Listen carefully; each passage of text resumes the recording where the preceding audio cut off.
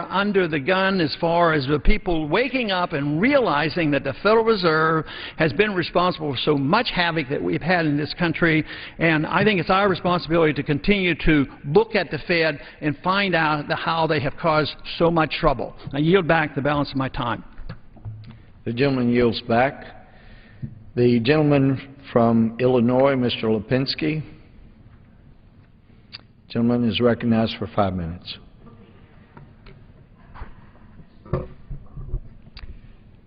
Thank you, Mr. Speaker. As a proud graduate of St. Symphorosa Grammar School and St. Ignatius College Prep, and as a strong supporter of Catholic education, I'm again introducing a resolution to honor Catholic Schools Week and highlight the contributions to our nation made by America's Catholic schools. Unfortunately, changes in House rules will likely prohibit this resolution from being brought to the floor, so I'm going to speak about it tonight.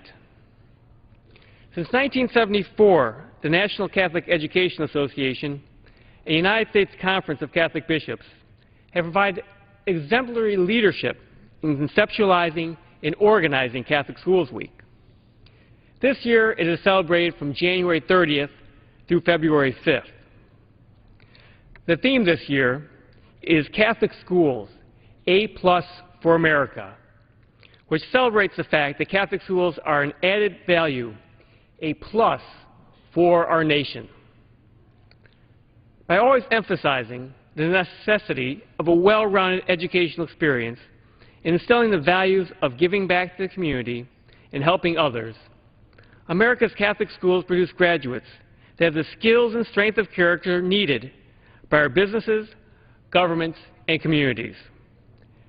Nearly 95% of Catholic schools have a service program, and in 2009, their students contributed about 500,000 hours of service to their communities and parishes. My own desire to serve was fostered by dedicated teachers throughout my formative years at Catholic schools.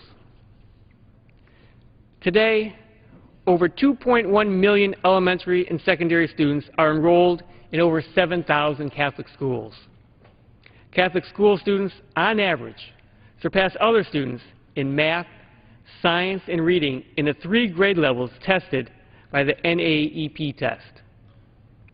The graduation rate for Catholic high school students is 99%, with 97% going on to college or technical school.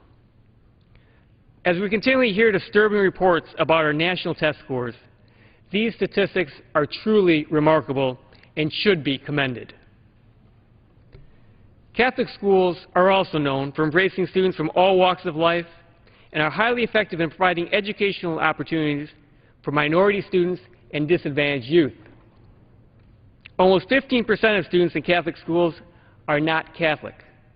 Over the past 30 years, the percentage of minority students enrolled in Catholic schools has more than doubled. Despite exceptional results, the success of Catholic schools does not depend on selectivity, as they accept 9 out of every 10 students who apply. Now, in addition to producing well-educated students, Catholic schools save American taxpayers billions of dollars every year by lowering the number of students in already overburdened public schools. In fact, it is estimated that taxpayers in the Chicago area alone save $1 billion because of Catholic schools, and approximately $20 billion nationwide. The importance of these savings is undeniable to American taxpayers, especially now, while many state and local governments are struggling with budget gaps. I was born and raised and lived in the Chicago Archdiocese, which still has one of the most successful school systems in the country. More than 93,000 students attend 258 schools. In my district alone, there are 7 Catholic high schools and about 50 grammar schools, including one of the best at my home parish at St. John the Cross in Western Springs. My own Catholic education in Chicago gave me the knowledge, discipline, desire to serve, and love of learning that enabled me to earn my doctorate degree and become a teacher before being elected to Congress.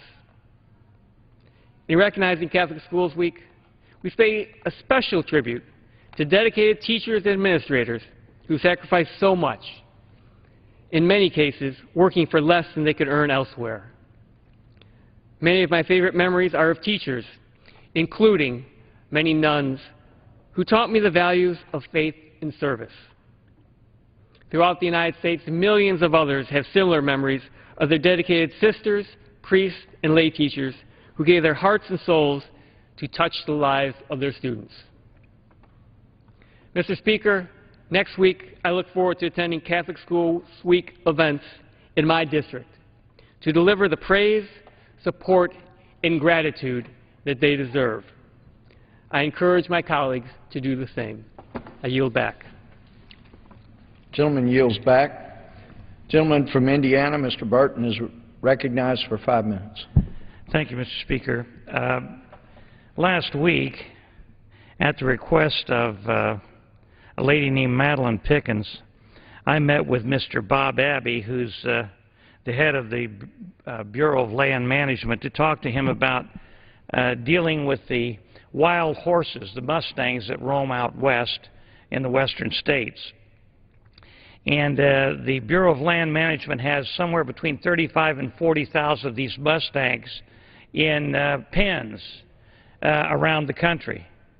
And the cost of this is estimated to be as much as $2,500 per horse per year. And the Bureau of Land Management just yesterday or last week started rounding up another 3 or 4 or 5,000 of them to take them to holding pens and move them to Oklahoma. Now, the thing that's interesting about this is when I talked to Mr. Abbey, he admitted that they want to move these horses from Nevada 1,000 miles to Oklahoma in order to put them in these pens. Now, Miss Pickens, she is very concerned about these Mustangs because they're part of America's heritage, and she wants to protect them as much as possible. And toward that end, she bought 2 ranches, the Spruce Ranch, which has 14,000 acres in it, and the ranch next to it in Nevada, the Worm Creek Ranch, which has about another 4,000 acres. And then she got permits for another 550,000 acres so that they could put those horses on this land, protect them, and save the taxpayer money and make sure that these horses will not be put in pens and shipped all over the country. But the Bureau of Land Management is recalcitrant. They want to move these horses 1,000 miles into these pens, and they want to keep them there at a cost of as much as $2,500 per year per horse. Now, Miss Pickens says that for $500 a year, she can keep them on her range and protect them, create a kind of museum for these horses so that people can come and see them in the wild, and she would have them injected so that they can't reproduce. Therefore, they wouldn't have to worry about an expanding population of Mustangs, but they would be protected. But the Bureau of Land Management wants to move them 1,000 miles, where her ranch and her permits are within just a few months of where the horses are right now. Now, when I talked to Mr. Abbey last week, he said that they couldn't reach an agreement with Miss Pickens, that there'd have to be some major changes made over at the Bureau of Land Management in order for them to facilitate what she wants to do.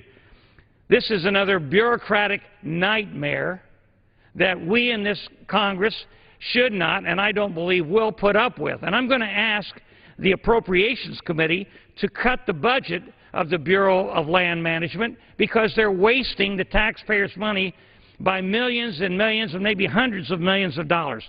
Last year, the government spent about $144 million managing private livestock on federal public lands, and they only collect $21 million for grazing rights. So they lost at least $123 million per year, and some people estimate that they lose as much as $500 million a year, $500 million, by keeping these grazing lands in private hands where people get them for almost nothing. $21 million was what the fee was that they got last year. So they're losing as much as $500 million.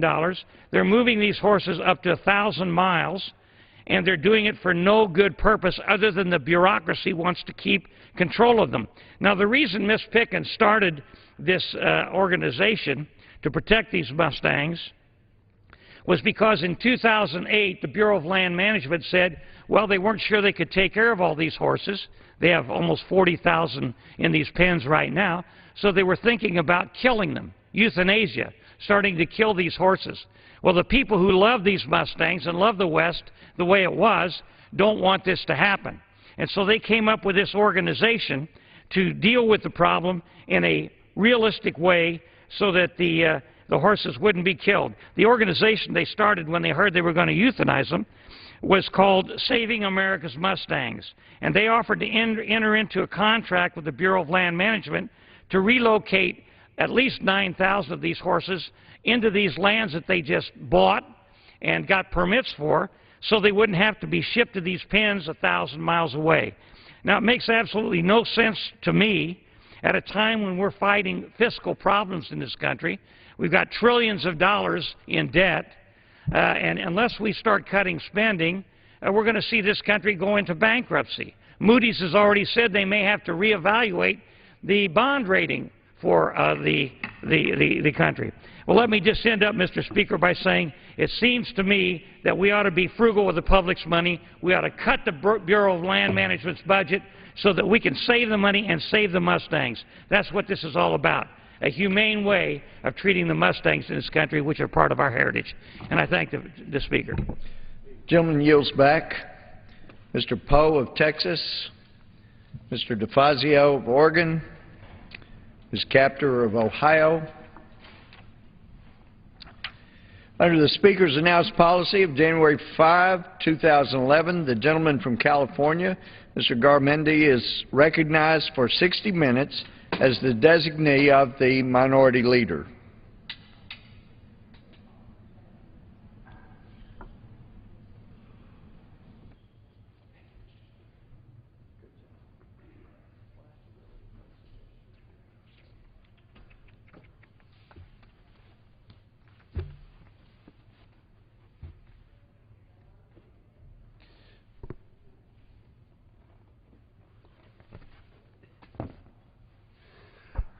Thank you very much, Mr. Speaker. I'm joined this evening by my friend from the great state of New Jersey, Mr. Pallone. And tonight we want to talk about the economy. We want to talk about what's happened over the last 2 years, how the United States economy has pulled itself out of the Great Recession and moving towards a much, much brighter future. Earlier today, or actually yesterday, it was reported that our esteemed majority leader on the opposition side issued a statement taking credit that in just 3 weeks the return of the Republican Party to the majority in this House has led to an astounding improvement in the economy. Well, it's kind of like, I don't know how exactly to describe that, as to say that that's just an overemphasis of the facts and a complete distortion of what actually has happened. In the previous 2 years, as the Obama administration and the majority, then held by the Democrats, my colleagues, worked to pull the American economy out of the Great Recession, the Republican minority voted no on every single bill to address the problem of the economy, starting with the American Recovery Act, the stimulus bill. Not one Republican voted for it, even though that bill clearly, by all economic studies, created or allowed to continue well over 2 million jobs in this nation. Infrastructure projects that were in my district and in every other district of this nation were funded by that piece of legislation, yet not one Republican vote. In the effort to reform Wall Street and to create a stable banking system in this nation, once again, not one Republican vote. On all of the jobs bills, not one Republican vote. On every single piece of legislation that was passed, not one Republican, or only a handful of Republicans, voted for those bills that actually stopped the Great Recession and began to return America to employment. Now, really the subject matter for tonight is Make It in America, but before I get there, the comments that were made by the new majority leader deserve a complete analysis. This is a chart of private sector growth that goes back to December of '07, when the Great Recession began. And you could see here the decline of private sector jobs. '07, '08, until January of '09, when the new Obama administration came into power.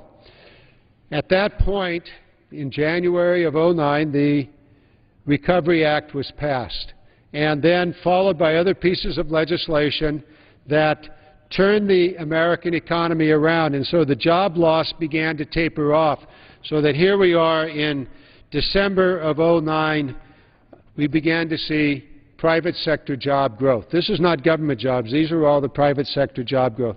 So that beginning in the fall of '09, we began to see the private sector come back to life, and no longer shedding jobs, but rather adding jobs. And every quarter since that time, all of 2010, and again now in January of 2011, we are continuing to add private sector jobs. So the fact of the matter is, and you can say whatever you want to say, but at some point you really need to look at the facts. The facts were that every major bill to restart the American economy, the Republican Party opposed in this House, either by a unanimous no vote or by just a handful of Republicans voting for those pieces of legislation. So that's really where we are today, is in a situation where we're beginning to see the American economy come back. Job one for all 435 members of this House, job one is jobs for Americans. American jobs now, not later. Our total emphasis must be on American jobs now. And to bring those jobs back, one of the principal issues that the President will be talking about tomorrow is jobs and Make It in America. It's high time that we can go once again to auto dealerships, to Walmart or Target, and find Made in America on the products on those shelves. America still is a very strong manufacturing nation. And in the strength of manufacturing, we find America's economic strength. And so we are setting out, as we did last year, on a set of policies that will rebuild the American manufacturing sector. And we call it the strategy to Make It in America. American jobs now in the manufacturing center, because manufacturing matters. This is where the great middle-class jobs are to be found, in the manufacturing sector. And actually, back to the original thing I was talking about, General Motors, flat on its back. Chrysler, flat on their back, about to go bankrupt. The Obama administration, the Democratic Congress, stepped forward and poured billions of dollars into those companies, stabilizing General Motors and tens of thousands of companies that were providing parts and services to General Motors. And now we find General Motors back, healthy, strong, and re-entering the private stock market. America, our public investment is now being recouped as General Motors once again becomes a strong, vibrant part of the American manufacturing sector. How many Republicans supported that? Nary a vote. Nary a vote. But we have General Motors and Chrysler's back on their feet, once again providing great manufacturing jobs. That's the theme of tonight's discussion. How can America make it? By making it in America, rebuilding the great manufacturing industries of America. Joining me tonight is my colleague from the great state of Pennsylvania, And we're going to continue our discussion. So with permission of the Speaker, we'd like to carry on a colloquy here. Frank? Thank you. Well, first of all, I wanted to thank my colleague from California for coming down here tonight and many nights and talking about the Make It in America agenda and why manufacturing matters. And the fact of the matter is that manufacturing, there was a recent report out that said that manufacturing last year, for the first time, more jobs were created in manufacturing than were lost. And I think that was the first time in 10 years. And we had, as you know, I think you mentioned, over 1 million private sector jobs created in 2010. And I don't like to, talk about how wonderful everything is, because I know that it's not. I know that, unemployment continues to be high, and many of my constituents talk to me all the time about how hard it is to find a job, and how difficult it is for them to make ends meet. But the fact of the matter is that we are improving things, and we are beginning to see signs of the recovery. And most importantly, we're actually seeing more manufacturing jobs. So anybody says to me, well, you can't make things in America anymore, I simply say, look at the facts. The facts are that manufacturing jobs are on the rise. Now, I wanted to say I was amazed today because it came down to the floor. We came in, I guess, we had debate around 5:15, and then we voted around 6:30. And I looked at the agenda for the week, and, we're now into the 4th week of the Republican majority in the House. And to my knowledge, not a single thing has been done or is proposed to be done this week that would actually create jobs or address the economy. In fact, I was listening to the debate on this budget resolution, and one of your colleagues from California, Mr. Dreyer, started talking about the deficit and health care, the health care repeal again. For 3 weeks, or at least for 2 weeks, and 1 week, of course, we had the tragedy with our colleague Gabby Giffords, but for the last 3 weeks, all the talk has been about repealing health care reform, which of course is not going to happen because the Senate's never going to take it up, and the President is never going to sign it, so it's a complete waste of time. And he was talking again about how that's going to reduce the deficit. The repeal would reduce the deficit. And I got up and I said, well, it's just the opposite. The CBO, which at least has provided us with numbers, your budget resolution that's coming up tomorrow that the Republicans have doesn't have any numbers.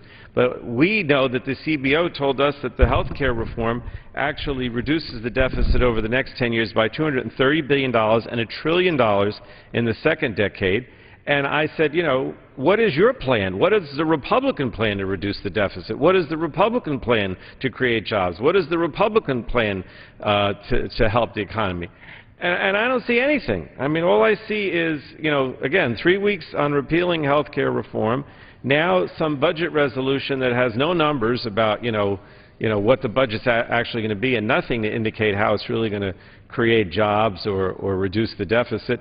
And then I saw that on Wednesday we're taking up a resolution which says that which will repeal the presidential election public financing system, which again is nothing but another corporate giveaway, because what it means is that if we don't have public financing the presidential elections, then we're probably going to rely more and more on these corporate ads, these secret corporate ads that were used this last November, that we don't even know where the money came from. It's all corporate money. And again, I don't see anything being done by our Republican colleagues to address the issue of jobs.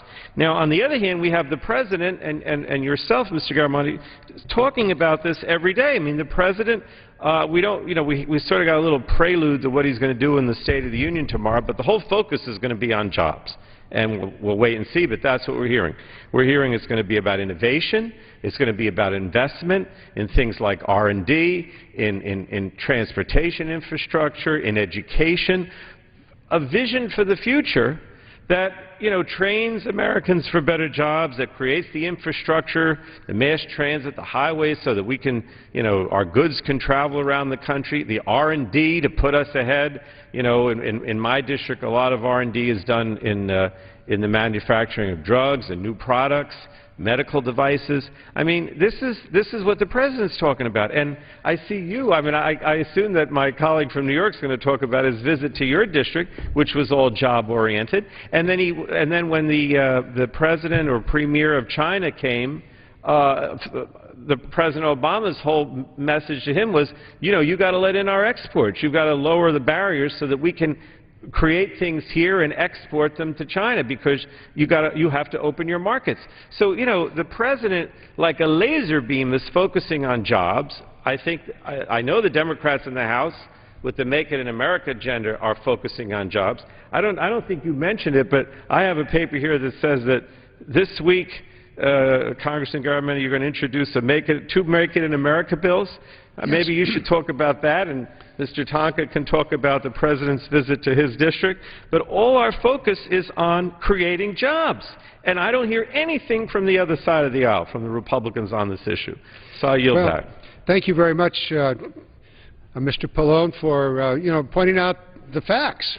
The facts are that 4 weeks into this, and not one discussion from our Republican colleagues about the central issue of America, which is jobs. How are we going to create jobs?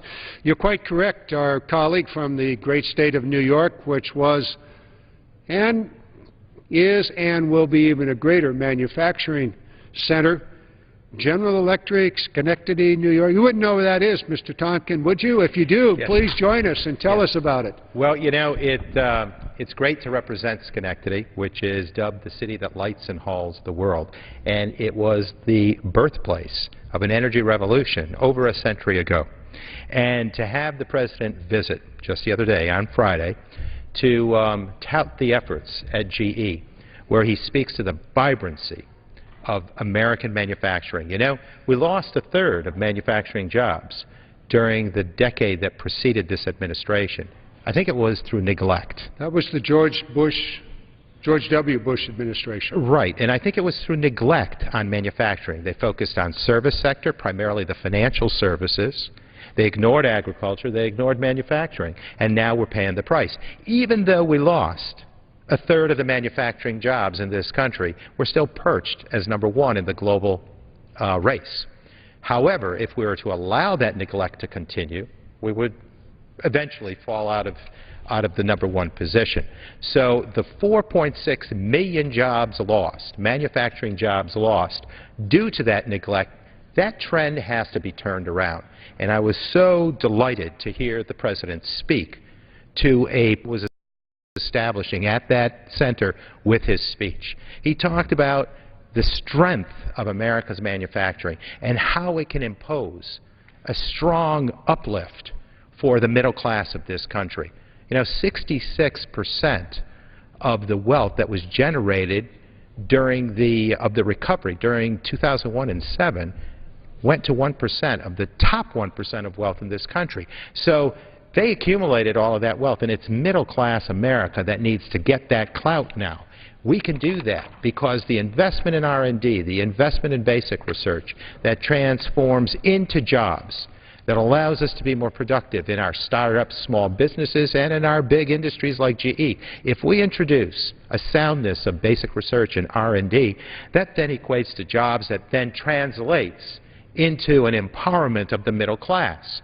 And I think that's an important message that was shared by this president, and the nation accepted that speech. It was shared across this country, and it was emanating from GE, from the floor, from the factory floor, where innovation and invention were coming from the working class on the assembly line. It was their ideas, their creative genius that allowed us to have all the mills in that Erie Canal corridor that I so proudly represent become the epicenters of invention and innovation in their heyday.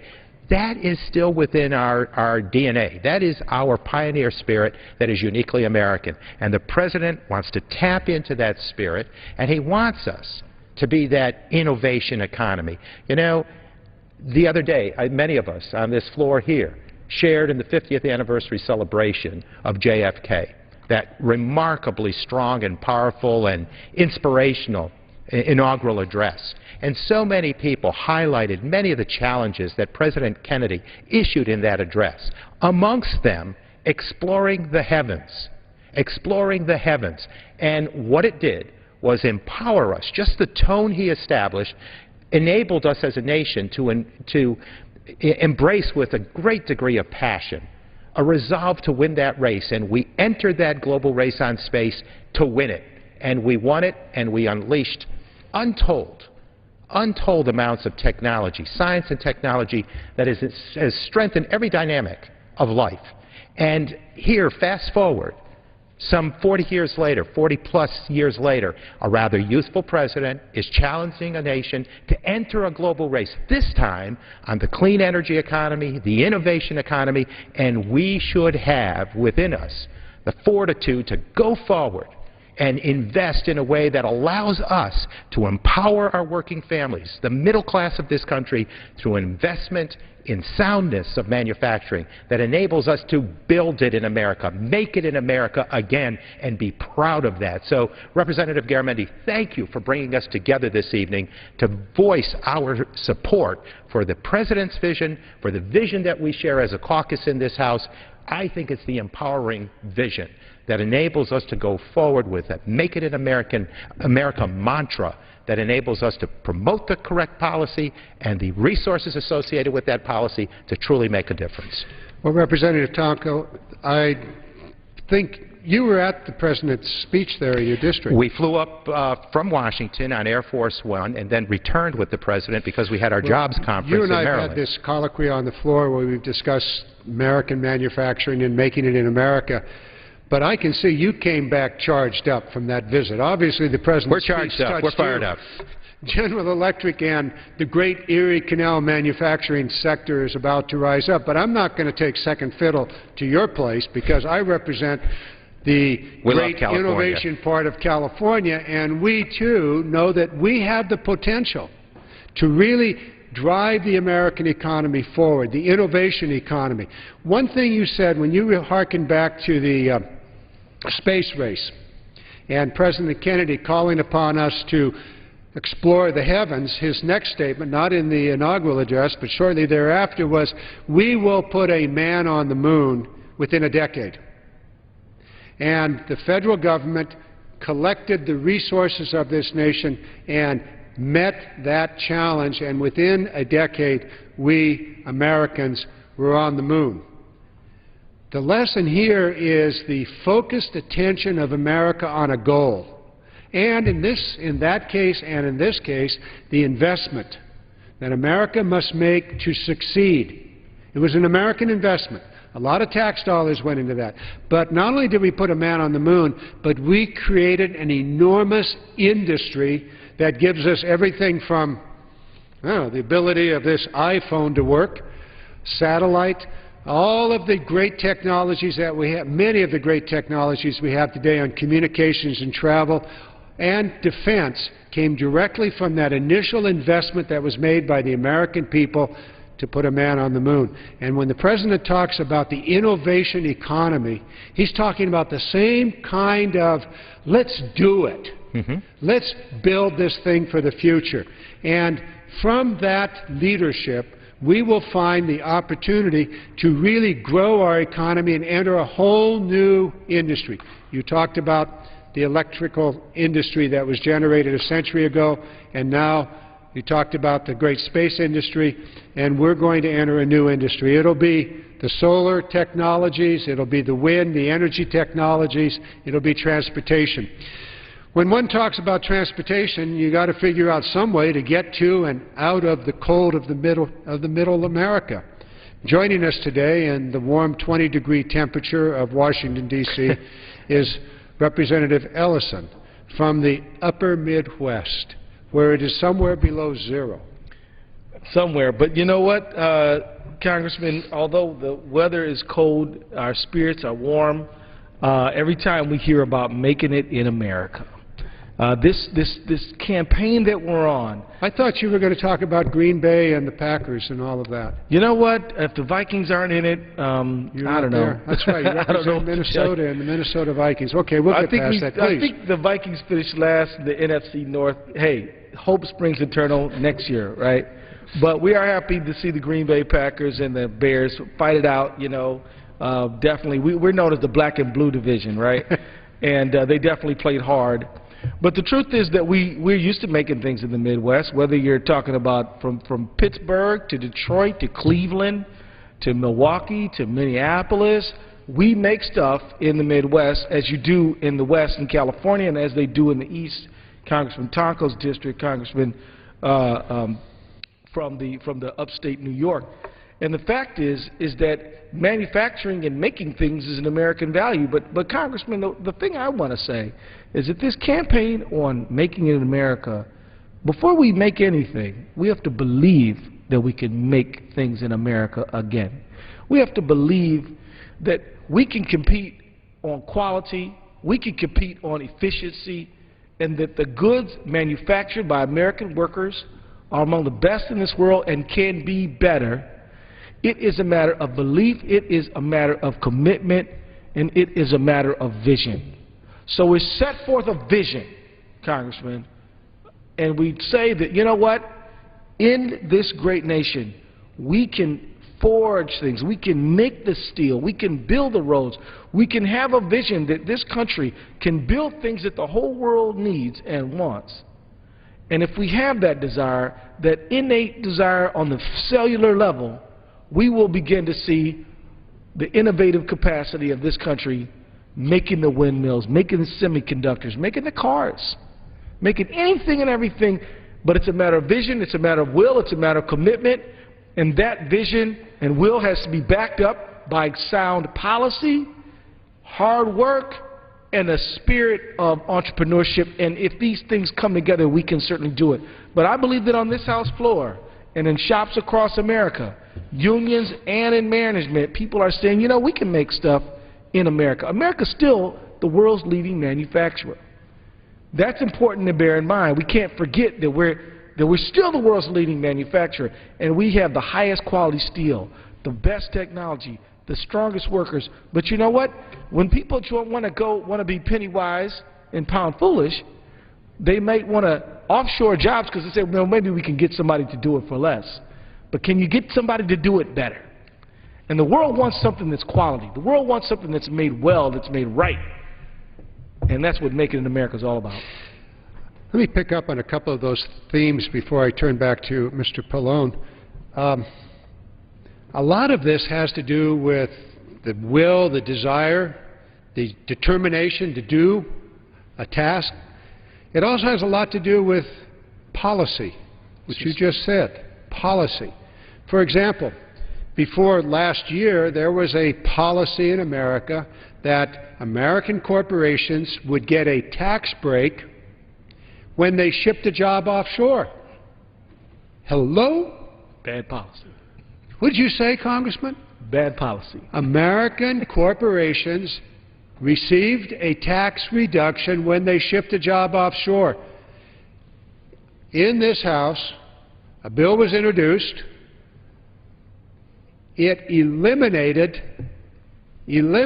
that tax deduction, bringing back $12 billion annually to the Treasury, helping the deficit. Our Republican colleagues voted no. They wanted to continue that tax break. We need to understand that we make decisions here. Policies are important. One example of a policy to use our tax system to help or to hurt American workers. Just one. No support from our Republican colleagues to end that tax break. This is about policies that will drive the American economy. We're going to spend the next 30, 40 minutes here focusing on some of those policies.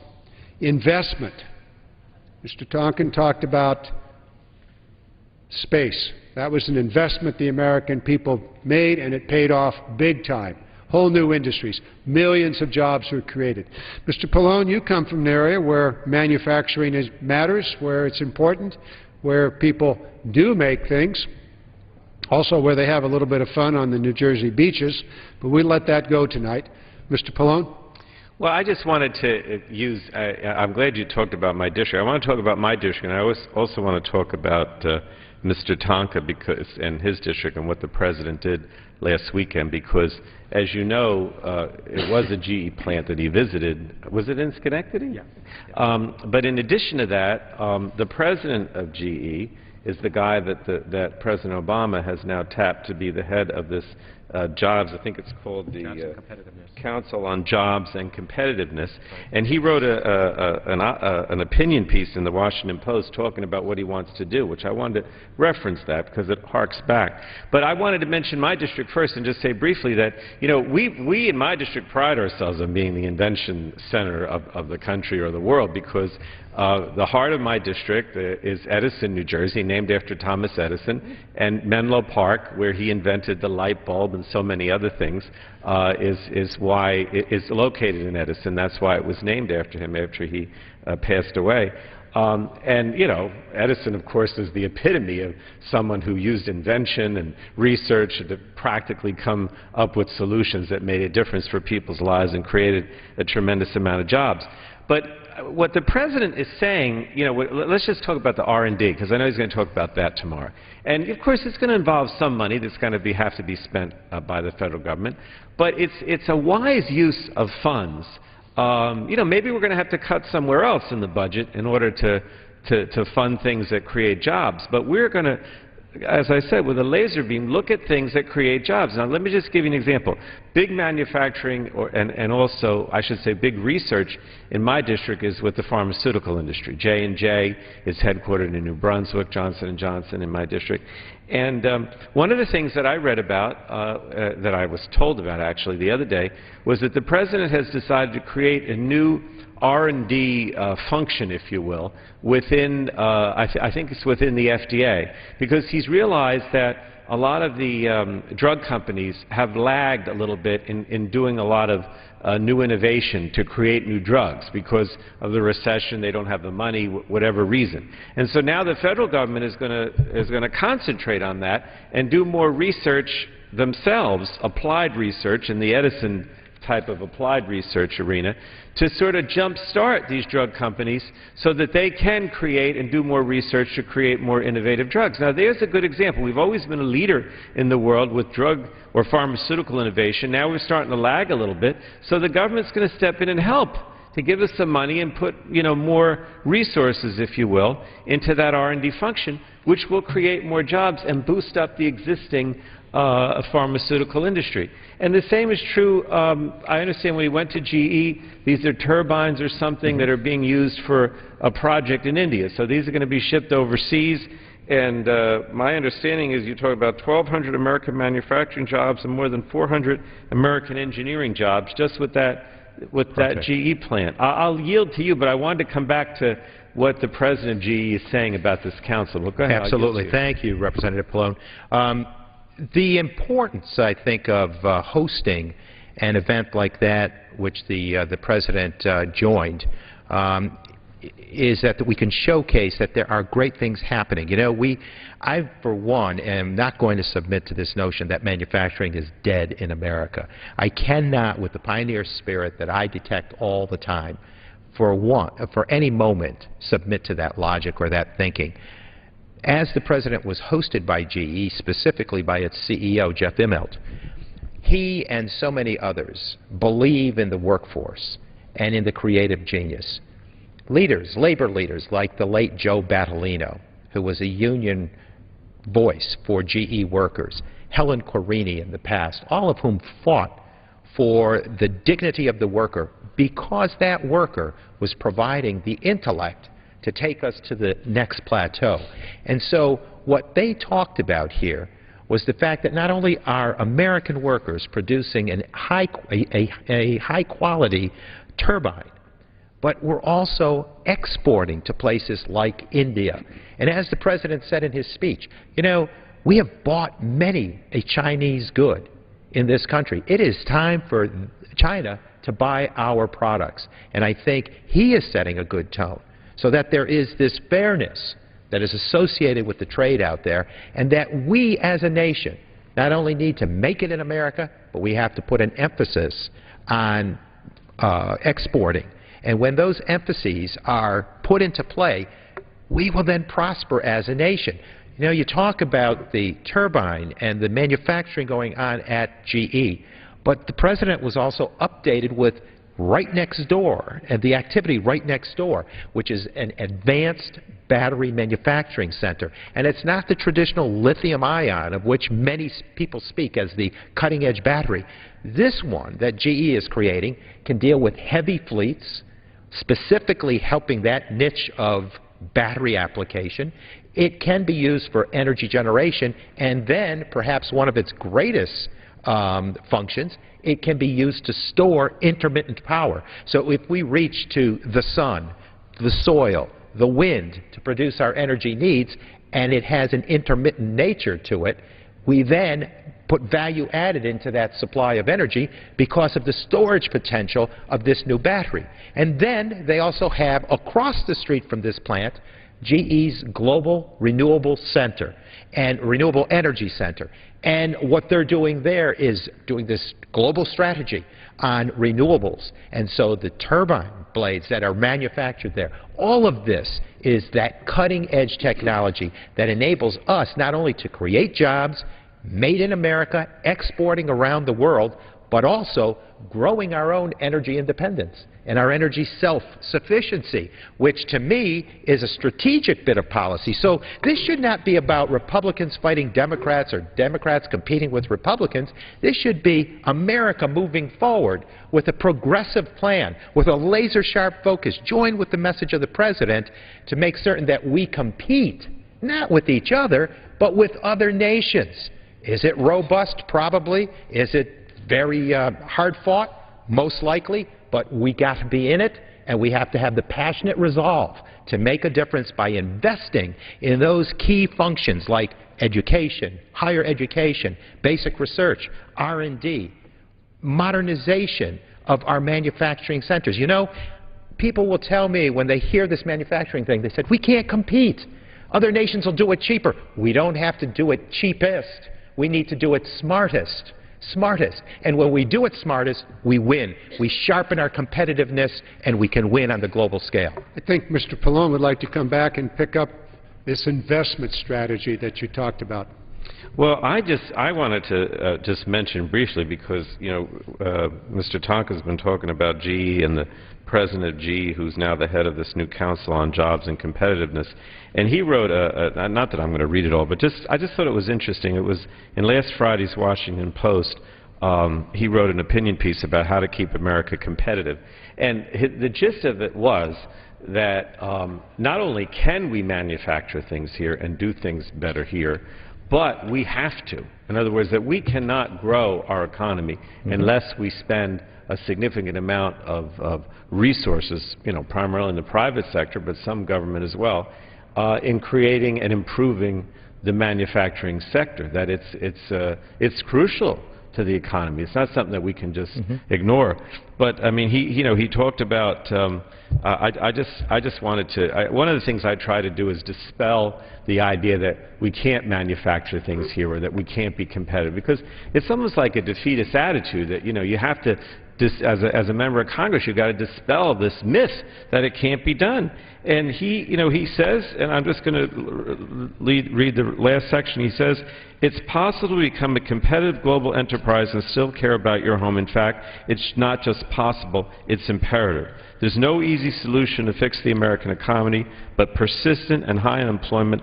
But the pessimism it breeds should not be accepted. We must work together to construct an economy that creates more opportunity. And that's what I want to stress. You know, it pains me when I come here, and I don't want to be negative, but it pains me when I come here and I see the Republicans talk about repeal health care, repeal Wall Street reform, budget resolution that has no numbers, get rid of presidential public financing, all these things. And you know, it's almost as if they don't believe that we can have a vision for the future and don't want to act on it. And the beautiful thing about the President in the last few weeks, and from what he apparently is going to say tomorrow in the State of the Union, is that he has this vision of an America of opportunity. That's what this President of GE is talking about when he says creating opportunity for people. We have to have a vision that says that this is the land of opportunity and that we can be better and we can continue to be the manufacturing leader and the greatest power in the world. We can do those things, but we have to have wise public policy accompanying the spirit of America. The desire for opportunity, the desire to better ourselves has to be accompanied by wise public policy. For example, right now, many of our tax dollars are being used to buy buses and solar and wind turbines that are manufactured overseas. Our tax dollars are going overseas to support the foreign industries. Those tax dollars ought to be brought back home to support American-made equipment, whether it's a bus or a train or a photovoltaic system or the like. That's one of the bills that I've introduced, and it's simply very simple. If it's our tax money, use it to buy American-made equipment. If you want to spend your own money, buy whatever you want to buy, but not our tax money, whether it's solar, buses, or the like. Just some little policy tweaks that will support the innovation that comes from General Electric or from Joe Schmidt's new solar photovoltaic system that's invented out in the Silicon Valley. I noticed that our esteemed leader has joined us, Mr. Steny Hoyer, who is now the whip of the Democratic caucus. Mr. Hoyer, if you would care to join us in this discussion about making it in America. I thank the gentleman for yielding. And I want to call the attention of my colleagues, as the four of you have done so well tonight and in nights past. We just had a very significant conference on the Eastern Shore of Maryland. In that conference, we discussed the agenda that we call Make It in America. Make It in America, as I'm sure you've explained earlier in the evening. I've heard much of what you had to say, not all, but Make It in America is about succeeding in America, making it. There are a lot of Americans that aren't sure that they, or at least their children, are going to make it. In addition, Americans overwhelmingly respond, and we hear a lot of talk about listening to the American public. I think that's something we ought to do. But they overwhelmingly respond that their belief is, in order for us to continue to be the great economic engine for opportunity in this country, it will be necessary for us to continue to make things in this country, to make it in America whatever it is. And in addition to that, to grow things in America as we do so well and sell them not only domestically but around the world. That's the President's focus on doubling our exports. He knows, as we know, that if we're not making things, the possibility of doubling our exports is zero. I believe that people around the world respect and want to buy American products. Unfortunately, we are not making as many products as we used to. The President has asked Jeffrey Immelt of GE to head up a task force which looks to, in effect, enhance our ability to make it in America, to grow jobs in America, to grow good-paying jobs with good benefits in America. And the American people understand that if we don't do that, 20 years from now, the United States of America will not be, as it is today, the economic engine of the world. It is true our competitor in some sense in China is growing, but they still have a far way to go before they match the United States' ability to produce goods and services.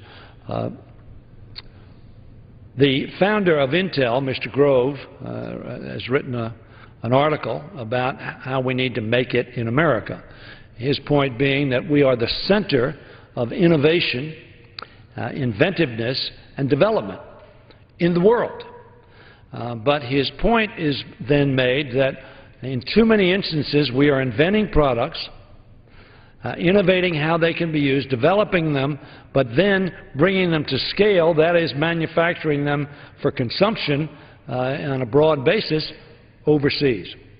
His premise is, and I agree with him on this conclusion, that if we continue to do that, that our inventors and innovators will migrate to where the product is being taken to scale, or, in other words, manufactured for large-scale consumption.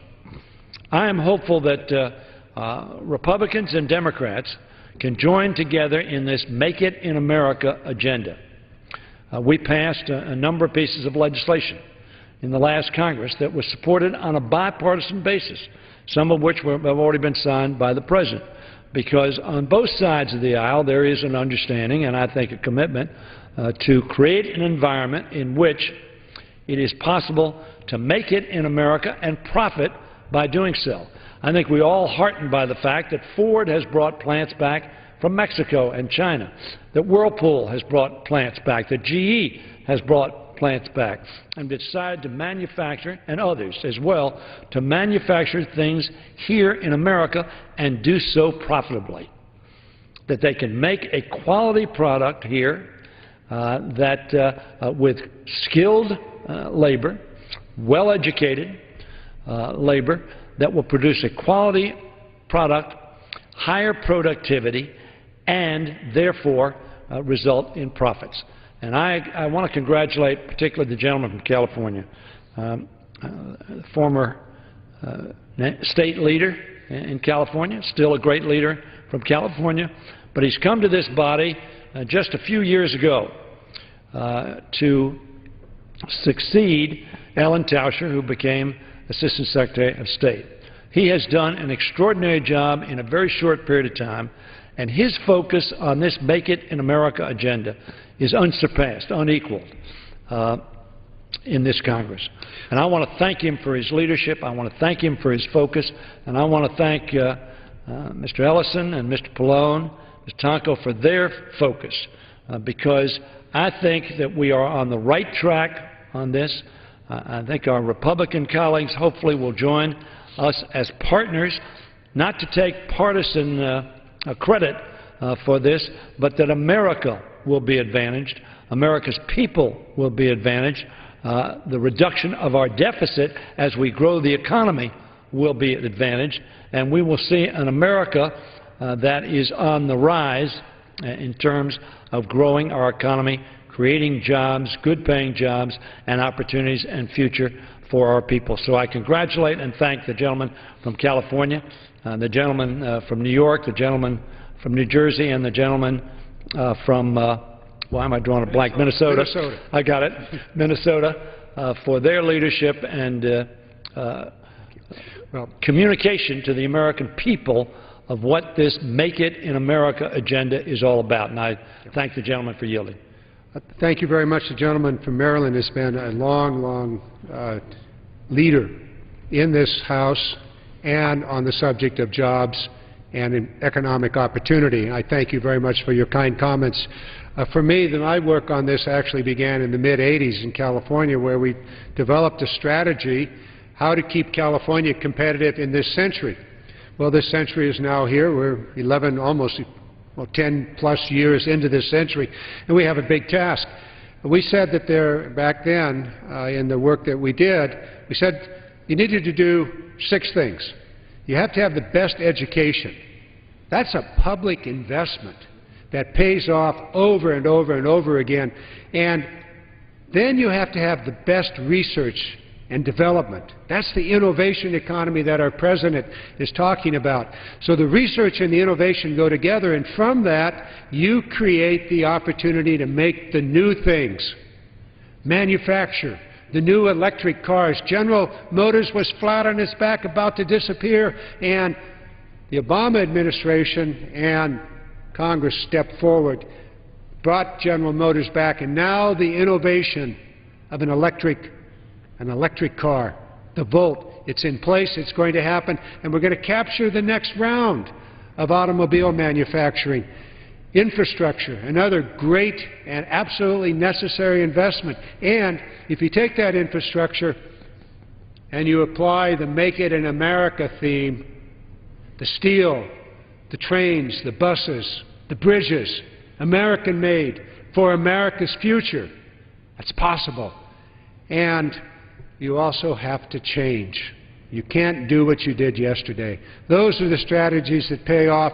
We need to add to that an energy strategy that frees America from the grips of the petrol dictators. This is all of our future. This is what we want to do. And this creates the opportunity for Americans, for all Americans, the opportunity to make it.